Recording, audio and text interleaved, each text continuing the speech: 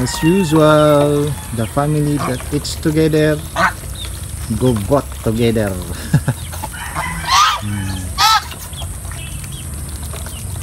Dumaming bigla. Yung naglimlim kasi nasira yung itlog na basa, kaya nabinugok.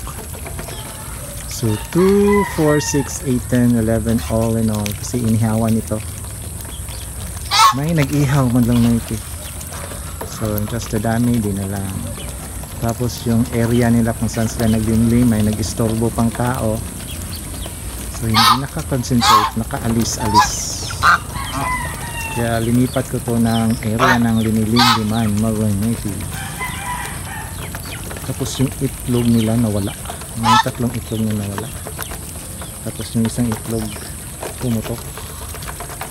Ayan ko daw.